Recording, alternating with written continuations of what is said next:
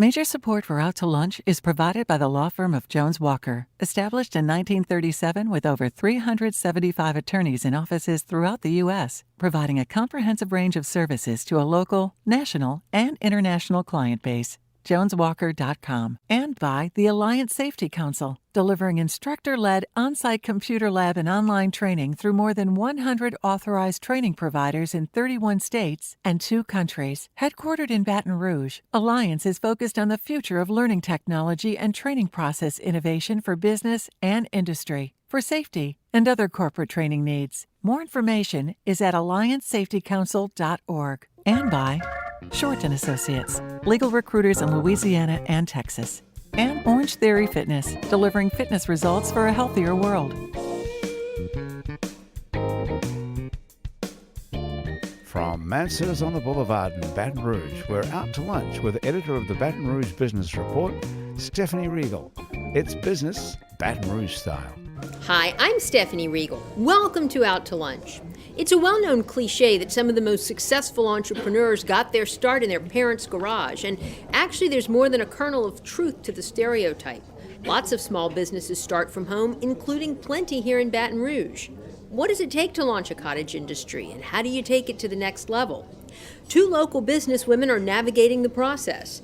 They are Joan Chastain and Shannon Countrymen, longtime friends and moms who decided in 2014, when the last of their litters had left home, to take what they'd done every day for years, make dinner for their families, and turn it into a business called Ingle Eats.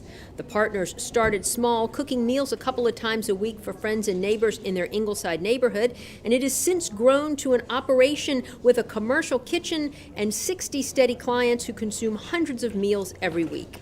Joan is here with us this afternoon to tell us about it. Joan, thanks so much for being here. Welcome to Out to Lunch. Thank you. Melinda Gonzalez and her sister Sarah Cullins have also launched a small business from home, like Joan and Shannon, doing something they enjoy and already know how to do well.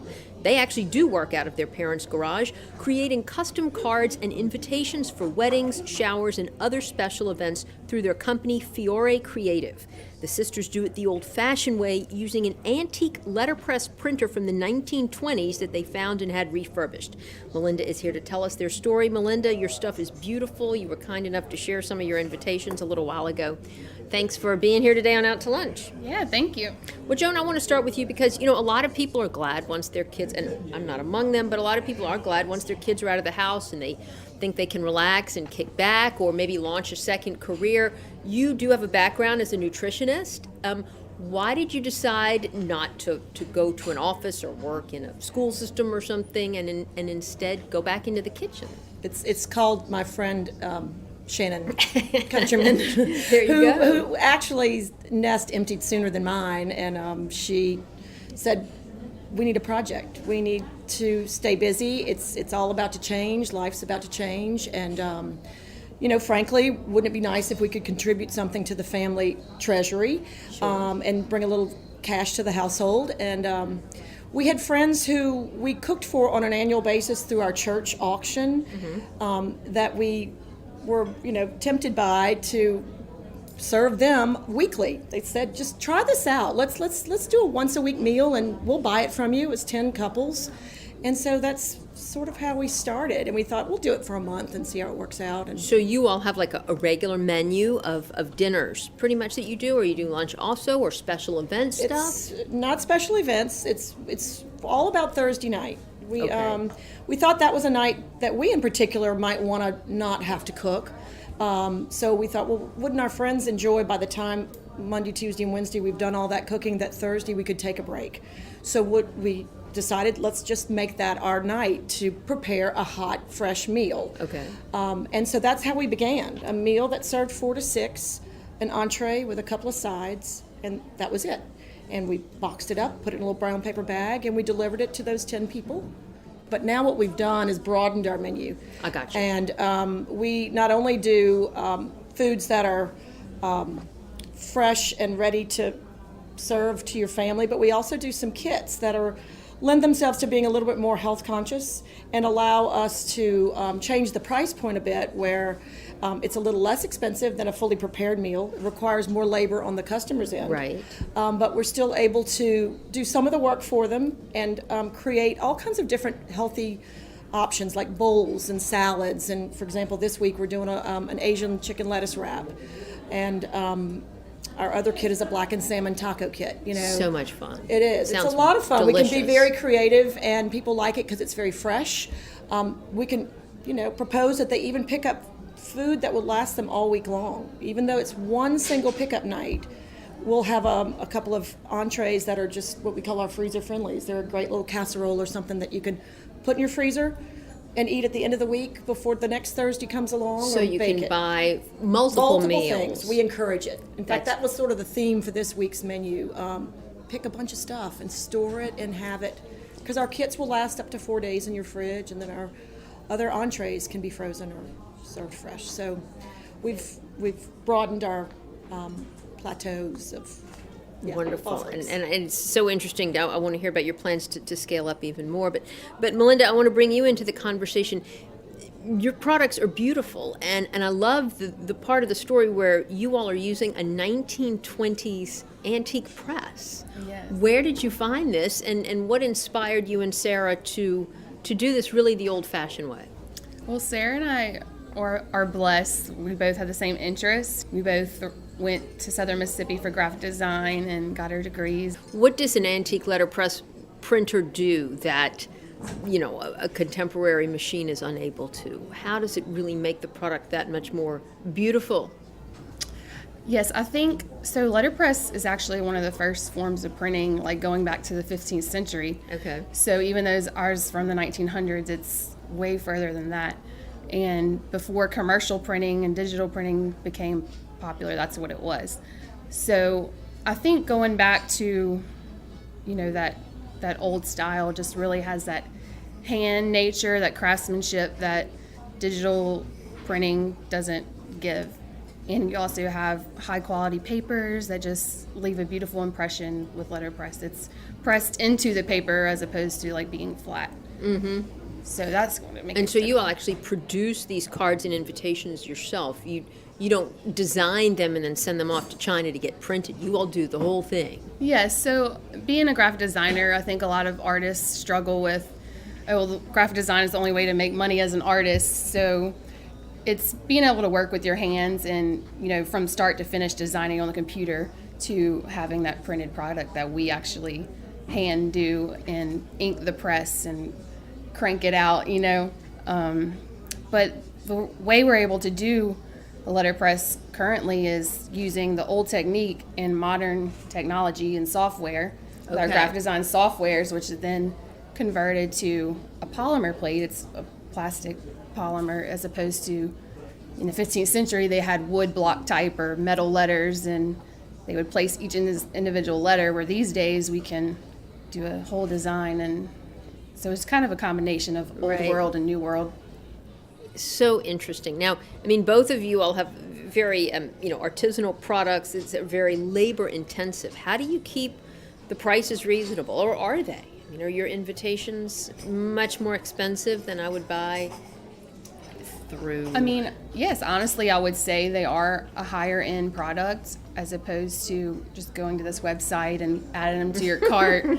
There is that handmade nature. Every color that's on that invitation, we have to take off of the press, put the next color on. So there's a lot of labor in there, but the ending product is, so timeless and beautiful that we think it's worth it. Joan, what about your meals? We started doing this just the two of us. We were all the labor. In fact, we would pray that somebody would just knock on the door and say, "Can I chop an onion for you today?" And we were exhausted by the whole process, but that's how we knew we could make it work. We just started out just the two of us, and I guess that's like you and your sister, right? Is it? Right. And then gradually, as a couple years in, we decided to bring in a couple of family members. What's been wonderful about this is that we have children who are in school at LSU and some high schoolers along the way who were able to step in and observe our work ethic, which has been such a nice thing to see that Mama can pitch in and work hard, and then we have a way to help them earn money too. So we would help our children and they would help us, and then we also have a few good LSU students who have been our godsends to be by our sides in the kitchen. We've had to diversify what we do to cover all our expenses, because when you're just two of you and you're in your home, there's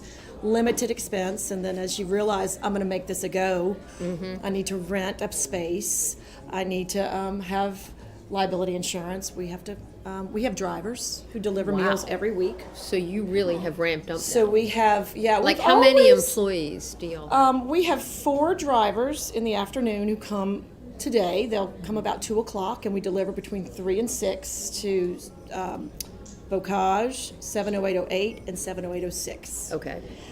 So they pile their cars up. We have them insured, and they have their regular customers. They know their routes, and they knock on the door and hand them their dinner. And they have great relationships with these folks, and it's been a fun thing for them to, to take their wares and go out and bring happiness to people, which is nice. How do you all divide up the duties with your partners? I mean, y'all are really in partner-intensive businesses. I mean, it's just the two of you that are making all the decisions. How do you all divide the duties? Me and my sister, I think task management, this being a second job for us, is very important. So we had to stay on top of our calendar and scheduling, making sure we're not overscheduling and who's doing what. So we use different softwares to help time management, and then and also like them, we also have some family pitching in. My mom helps with the books, and my dad's helping oiling the press and all the mechanical safety and things like that. So it is a big group effort, and watching your time. You and Sarah both have full-time jobs. Yes. So this is really a side gig for y'all. Mm-hmm. It is. So it's a juggling act. It is a juggling act. We appreciate our full-time jobs and love it for what that is. It's a different kind of creative relief, and then Fiore is kind of our passion and what we've really wanted to do, and we've just slowly taken it step by step, as we need to grow. And, hopefully the next step one day would be getting our space, and, we're growing, so we're eventually going to outgrow that garage. Yeah. You're listening to Out to Lunch. I'm Stephanie Riegel. We're talking to Melinda Gonzalez of Fiore Creative and Joan Chastain of Ingle Eats. We'll be right back after this very short break. You're listening to Out to Lunch. I'm Stephanie Riegel. We're talking to Melinda Gonzalez of Fiore Creative and Joan Chastain of Ingle Eats. Joan, are you all turning a profit yet in your respective businesses? I mean, is it worth it? Besides just being Interesting that's timely that you asked that, because we've been working with a bookkeeper who's really helping us. When you're creative, you don't really want to think about the business side of things, but you are here to try to turn a profit. What about you, Melinda? We are on more of the beginning front, and it's amazing to see how far it's grown and actually see a profit come in. I would be lying if I wouldn't sit there some days and be like, is this worth it? Because we are tired and exhausted and using our weekends and nights many times, but just have to make sure we pace it right. And like she said, social media is amazing, and we're blessed enough that our product markets itself. One client sends out 300 invitations. Well, people are like, what is this? I love that. It's beautiful. Where did you get this? Right. So that's been a blessing, especially being a side business, that we don't have to constantly make sure our marketing and social media is being posted, which I wish it was, but right now it's hard, just to keep up. Mm-hmm. It's a good thing in Baton Rouge, everybody wants what everybody else has. It's a very much Me Too kind of town. So True. If you've got the prettiest invitations, you're right. I mean, they will sell themselves. Well, let's take a break from business for just a minute and switch gears. I'll ask y'all a fun question that'll maybe tell us a little bit more about your personality. So, Joan, if you could have lunch or dinner with one person from the food world, who would it be and why? Oh, wow. I guess Julia Child. Yes. We grew up around LPB, watching her create, and Graham Kerr was a great influence on our lives as a family growing up. So those early TV food stars, and then we celebrate her birthday. One of our biggest events for Ingle Eats was a birthday party we threw. Was she 100 years old, I think? Recently, her anniversary? Yeah. Yes. Not and too so long we ago. featured a whole menu of Julia Child's, beef bourguignon and That's awesome. crepes Yeah, with, I love that. An apple filling. It was just, and we wore pearls, and our customers came in and laughed, and it was a treat. And so I would say she would be an easy pick. And you obviously always had a passion for food and good cooking. I mean, I grew up in I grew up in Houma, a small town where there are many more restaurants there now, but back in the 60s and 70s, there weren't a lot. My mother is a home economist, and my father is, he's passed away, but he was a pediatrician with a keen interest in nutrition, which really sparked my interest for dietetics. But they loved to cook, and they loved to entertain, and we had this plethora of seafood that was just, always around. What was your question? no, you answered the question, and it was Growing up about with food. growing up with your food. And so Mom, we had a hot cooked meal at noon every day. Dad would come home from his medical practice and The have a traditional hot European lunch. kind of Yes, and then we would entertain on weekends because we Sure. didn't have restaurants, and my mom is one of the best cooks I know. That's so great. Dad was very spoiled by that, and they loved to have friends over. So it's in your DNA. It's in my DNA, and then Shannon, my partner from New Orleans, grew up eating some of the best food that we can imagine. In the greatest restaurants. Not necessarily from parents who like to cook, but parents who love to eat out, Right. and sit around a dinner table and have great conversation over wonderful Cajun Creole food. So. Melinda, here's a fun question for you. If you could do the invitations for any famous person, local or worldwide or whatever, who would it be, and what would you want to design for them? I don't really know a specific person that I would actually design for, but any like A-list celebrity would be amazing. They have all these elaborate events and weddings that you see in magazines and TVs and social media constantly. It would be amazing to just do anything for a high-profile person. Well, and even local weddings are pretty over the top these days. I mean, by the Exactly. standards of It's like larger and larger, and we actually have like kind of you'd call like a celebrity invitation person. Package? Well, no, like her name's CC New York, and she's kind of like this top-notch thing, and she'll like some of our posts every now and then. I just think it's like so flattering, but she does these elaborate A-list invitations. I don't know what ours would personally look like. We can do several things and different processes, but our goal is to match the client's style and the event and what they're going for, and so yeah. add in some sweat and beautiful typography, and I'm happy. Where do y'all get the inspiration for your meals or your designs? I mean, I know coming up with menus can get, how often do you repeat them, or do you all pour over internet sites and cookbooks? All of the above. yeah. We do have some favorites. For example, this week we're doing those Asian chicken lettuce wraps, and they sell out every time, But we love to travel, and we love to eat out, and we're all about trying a new restaurant in town or taking a road trip. We toured LA one summer a year or two ago, and did a whole month on eating out in Louisiana and different foods of different regions, and so that's one of our favorite things to do. But we definitely have blogs that we like to look at and get ideas from, and we read a lot, watch a little bit of Food Network. And then here is there like a day of the week where you do your test kitchen days and see if these recipes are going to work before you put them into production and put them on the menu? Or? The thing about it is, once you get real comfortable with this, and I'm sure you find this with printing too, is that you can spot something, an idea, a recipe, your customers, and then you just you just kind of go in there and you work with it.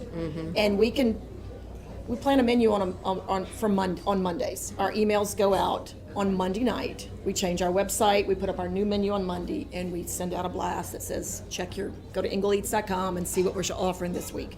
And then we start to take orders. So we spend time at the week before in the kitchen thinking about the next week. We'll eat something that weekend and say, you know what, that was delicious, or I went to the farmer's market, and they have the best eggplant this week. Let's do that. Do your spin on it. Yeah, exactly. So, we get inspiration from lots of corners. Family, though, too, is huge.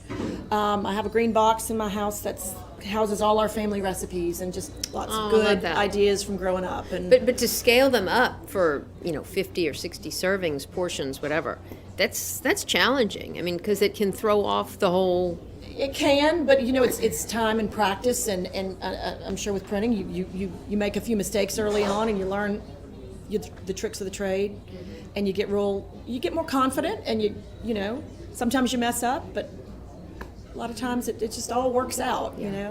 What is the source of your inspiration, Melinda? I mean, do you pour over websites? It is Etsy, like a collaboration of different resources, staying inspired by other stationery makers, but a lot just the wedding industry as a whole, the event industry as a whole, florists and trends and dresses even are inspiration. There's constant fonts and typography inspiration that's changing. People are always releasing new things, so it's making sure we're fresh and up to date with that. Have you partnered, like reaching out to, I don't know, the wedding planners here in this market, for instance, or the bridal stores, or the florists, or we do have like some vendors that we love, and they love to refer us, so that's really nice to have such a great community of wedding vendors and stuff. And then it seems like that would be key, at this stage at least. The word of mouth and the referral and the synergy. Wedding planners are amazing. I love Kate Cook. She's great. She's been doing a lot of weddings lately, and she'll always send people our way. And it's great because she's planning things on the whole event scale, and then like us tying in just kind of goes in flawlessly, Yeah. And then we'll also we've taken some calligraphy classes to, have our artist hand on there instead of just using a font, so we're having that handmade nature even more by it being our writing or drawings. That's great. Now, Joan, as y'all have ramped up and you're in a commercial kitchen now, do you have a retail storefront, or can customers walk in and do a walk-up purchase? The ones who know us well do feel comfortable doing that. Most people don't even know where we are, and we're in an unmarked building, and we're all, we're a pre-order business. So we'll have a few items that we'll have left over from the week that may not have fully sold, that, if you know we're there and you come between 3 and 6 on Thursday, you might be able to purchase something. We do have a good, well-stocked freezer of items for sale. But, typically, no, we are just a 3 to 6. We tell you our address when you place your order, and you show up during that time and you pick up your food. It's prepaid, and it's really nice that way. That's been a big change for us. Our website's only been up and running since January, and that was a big leap. I'm not sure if you have a website, but it's a big, yeah. We were so very simple in how we executed this initially. We would just send an email to those 10 friends. And we always told a story, which really intrigued people, that something usually about how we grew up, or a place that we just ate, or an ingredient that we're just fascinated by, or something, and then so we lured them in that way, and then that was always fun. But then we'd have to chase our replies. So then the orders, it was like this contest. We'd be running a carpool or something, and I would text Shannon, I just sent out the email. And she's like, well, I'm at Walmart in the line. I'll check it when I get home. And then our phones would be blowing up, And then those people would come to our home, and they'd have to pay there. And then some people would forget, and, we'd be storing food. So really, we should have done the website a lot sooner. It's been so much more practical. Absolutely. People prepay. Because they prepay, they always show up. We're not left with, lingering food that people want to come the next day and pick up. Where do you all want to be in 3 to 5 years with your companies? What is the end game here? Is there an exit strategy? Is this what you want to be your career for the rest of your career years, or do we know?